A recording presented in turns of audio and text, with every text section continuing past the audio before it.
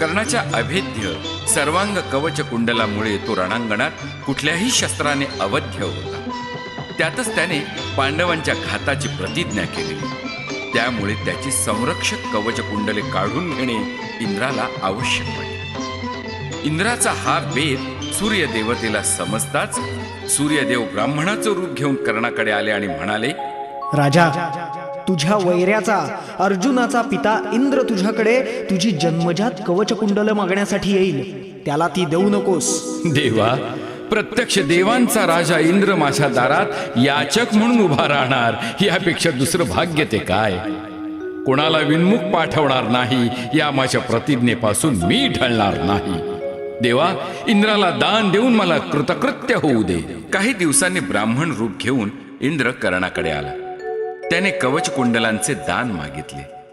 त्याला कर्णाने साष्टांग नमस्कार घातला आणि म्हणाला, देवेंद्र, आज माझा जन्म कृतार्थ झाला।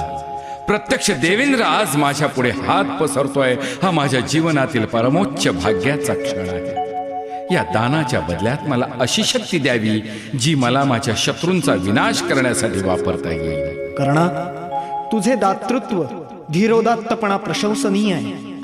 दानशूरपणाचा मापदंड म्हणून तू पृथ्वीवर चिरंतन ख्यात होशील।